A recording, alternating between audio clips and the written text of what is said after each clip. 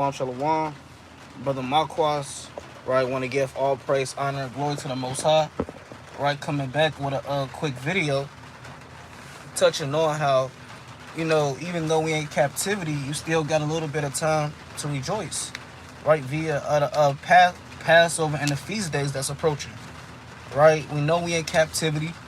We know all hell is breaking loose. The signs of the time is approaching at a very high level. We living in crazy times, right? Nevertheless, the Lord has still, through the Spirit, allowed us to have days to gather together, known as the feast days. And Passover, one of the biggest feast days, is right around the corner. So you want to know how to prepare yourself and get your spirit right and your mind right coming up to Passover. All right, you want to learn how to, like I said, even though we're in captivity, you still want to learn how to turn up for the Lord. All right, and shalom to everyone that's joining the live and that will join, Lord willing. Right, shalom, Princess Nikia, Salaki for the pronunciation. Right, nevertheless, I want to kick it off with Ecclesiastes chapter 2 and verse number 24. This is going to be a quick video. I'm at the plantation right now, so this is going to be a real quick video. But nevertheless, we want to learn how to still turn up for the Lord and know that it's acceptable for you to turn up for the Lord in captivity. All right, it's you don't want to be an austere man 24/7. Again, the Lord, He gave you feast days to turn up for Him, congregations, a brotherhood, so a sisterhood. So this is Ecclesiastes chapter 2 and 24. It says, "Therefore, is nothing better for a man than that he should eat and drink, and that he should make his soul enjoy the good of his labor." Hey, the Lord said there's nothing better for a man that he should eat and drink and make his soul enjoy the good in his labor, man. Hey, you labor at the workplace, at the plantation. I'm at the plantation right now. All right, you labor at home, right? Taking care of the family, taking care of kids. You labor with the work of the Lord. The Lord said it's okay, it's a joyful thing to you for you to sit back and what? It says, eat and drink, and that he should make his soul enjoy good in his labor. This also I saw that it was from the hand of God. So this rejoicing, you having a fun time with the Akim, a fun time with the Akwathim, the Lord said that's from the hand of who? Of the Most High. So you want to make sure that you're magnifying the Most High, not only in, reading, praying, studying, taking care of your family, etc., but you also want to magnify the Most High and how you praise Him through the feast days. Let's go to 2 Samuel. Let's get an example. Chapter 6. Right? Then David danced out his clothes for the Most High. Right? And I ain't got no precepts written down. It's all through the Spirit. So if I kind of take long to find a precept, bear with me. Right? But this 2 Samuel chapter 6 and verse number, I'm going to start at verse so I'm starting at verse 13. It says, "And it was so." When you read 2 Samuel, the 6th chapter, David brought back the Ark of the Covenant to the Most High. Right? And the Ark of the Covenant is where the Lord's Spirit dwells within. So when they brought that back to the city, they got that back from the Philistines, and the whole nation turned up in righteousness. The 2 Samuel chapter 6 and verse number 13. It says, "And it was so that when they had bare the ark of the Lord," so when they had bare the ark of the Lord, had gone 6 paces, he sacrificed oxen and fatlings. Verse 14, it says, "And David danced before the Lord with all his might."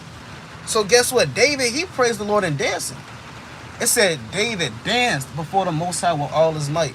So when you at these feast days, you going through the precepts with the Akim, the brothers start playing the music, start tapping your feet, the sisters start doing their thing, singing, dancing, etc. Hey, guess what? That's called you being in the Spirit.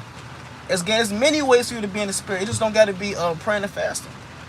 Because again, when these feast days come around, the Lord didn't command you to fast on the feast day. What did He command us to do? To have fun.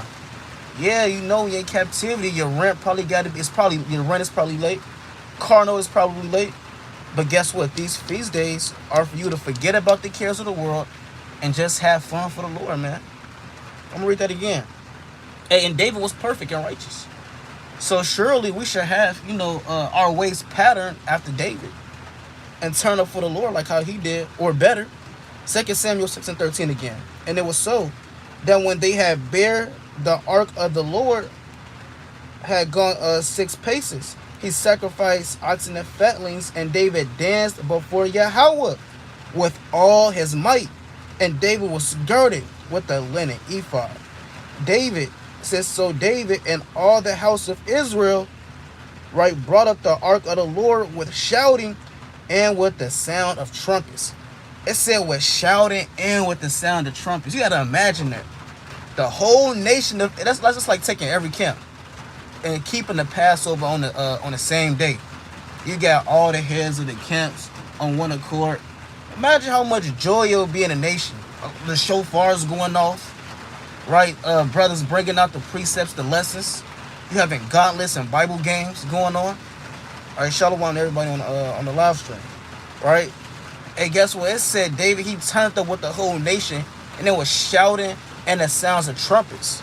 That's how much fun that our fathers was actually having with serving the Most High. Let's go to 2 Chronicles chapter 35. Right, you read about King Josiah, right? You read about King Josiah and how Josiah held the Passover.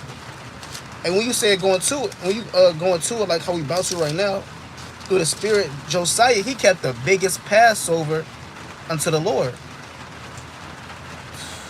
It says, same, right? 2 Chronicles chapter 35 and verse number, let me see when I want to start at. This whole account is fire, right? 2 Chronicles chapter 35 and verse, I'm going to start at verse 8. I'm going to start at verse 17. It says, and the children of Israel that were present kept the Passover at that time. Right, so by the time you read about the time of Josiah, you had the split already between the northern kingdom and the southern kingdom. Josiah went out his way to still invite northern kingdom to the Passover. Even though northern kingdom and southern kingdom had a strong hatred, and guess what? Josiah, being a mighty king that he is, and he put that to the side, man. Right? He put all that to the side. He said, a northern kingdom, you know, he kind of invited them to the Passover, keep it at Jerusalem. And guess what? Reading on, verse 18. It says, and there was no Passover like to that kept in Israel from the days of Samuel the prophet. So no Passover was like the Passover of Josiah.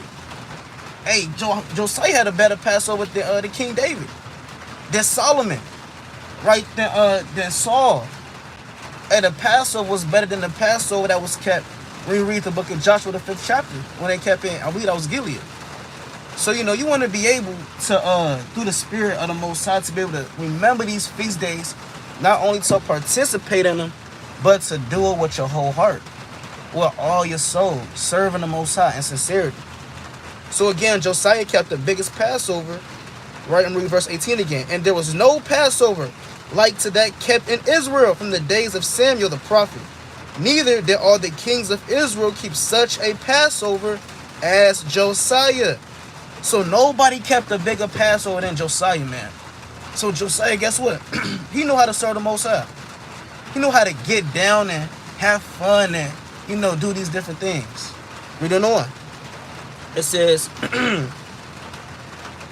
and the priests, right, and the Levites and all Judah and Israel that were present, and the inhabitants of Jerusalem, in the 18th year of the reign of Josiah was this Passover kept. So guess we did all that stuff, right, for the Lord. Invited northern king. Again, we read, you know, I encourage brothers and sisters to read, right, to read 2 Chronicles, the 35th chapter.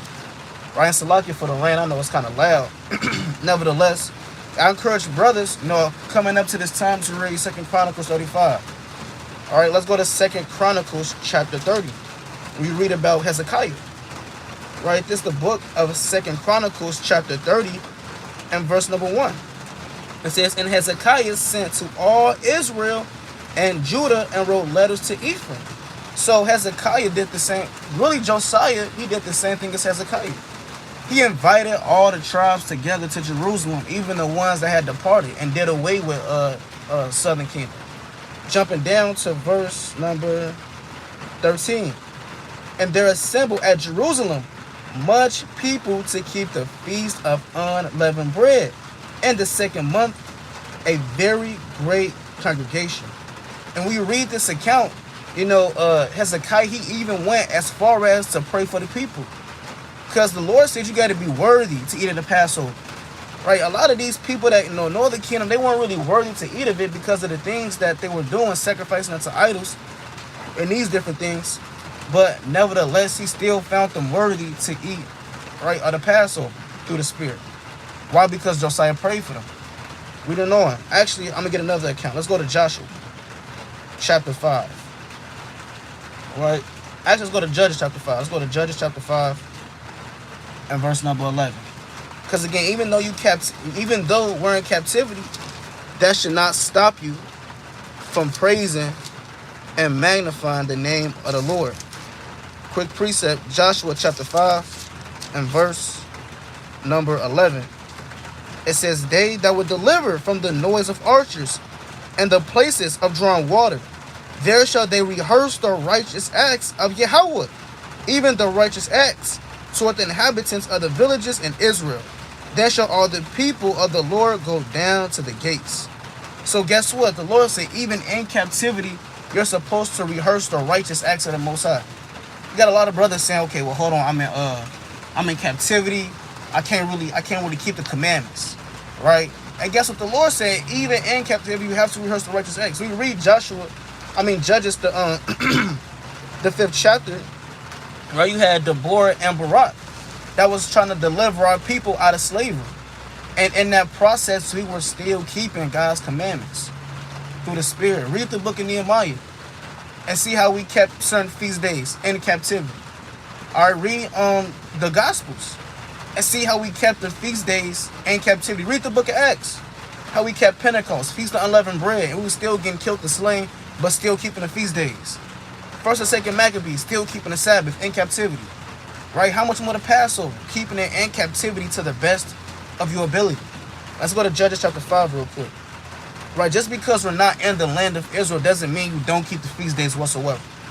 It's just the book of Joshua chapter 5 and verse number 11. Because guess what? Joshua, who was a mighty man, he kept the Passover.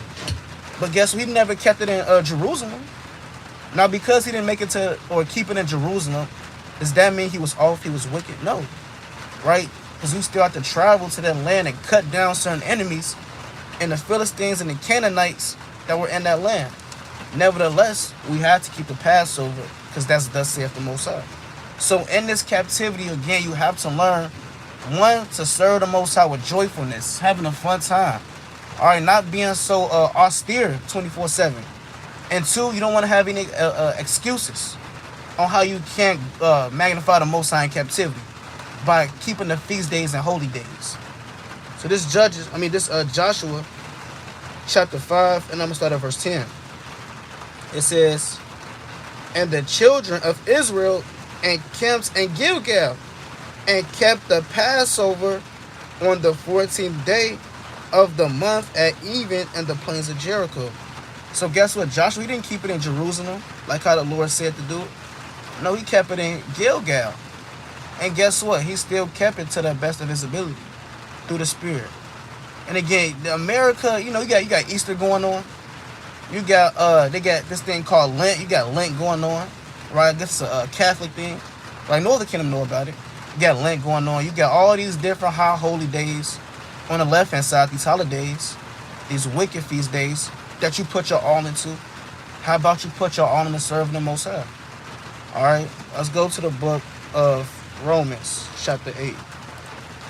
All right, I'm gonna get probably two more and close out. It's the book of Romans, chapter 8. All right, Salaki. All right, that's a lot of precepts. I'm thinking about. I'm pressed for time, so it's Romans chapter 8 and verse number 30.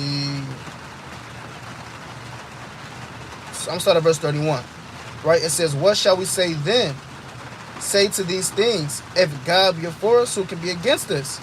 Right? I'm going to jump down to verse 35. It says, who shall separate us from the love of the Most High? Shall tribulation or distress or persecution Guess what? In captivity, we're in distress. We're going through tribulation. You're getting persecuted by the so-called white man. And really on a deeper level, this is not real persecution yet. At least, what's prophesied to happen. But nevertheless, the Lord said, who shall separate us from the Most High? Who's going to stop me from keeping the feast days? That's what the Lord really saying. Right? That's what Paul's saying through the Spirit. Who's going to stop me from keeping the feast days? For loving my brother in my heart. Keeping the Sabbath day. Right? Loving the Lord. Right? We don't know him. It says, or famine, or nakedness, or peril, or sword. As it is written, for thy sake we are killed all the day long. We are counted as sheep to the slaughter. See that? We are counted as sheep to the slaughter. Right? So with that, I'm about to close up, giving all praise. Actually, let me get one more. Right? Got to clock back in. Let me get one more through the Spirit. Let's go to the book of Nehemiah. Chapter 8.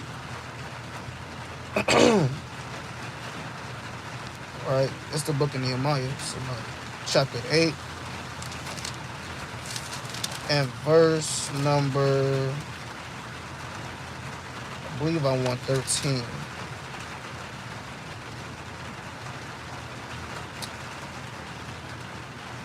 It's like, I'm going to start at verse 12. Nehemiah chapter 8 and 12. It says, and all the people went their way to eat and to drink and to send portions and to make great mirth. Mind you, Nehemiah, where was he? He was in slavery. He was in captivity. He was the same position that we're in today. All right. But yet, it says what? It says, I'm going to read that again.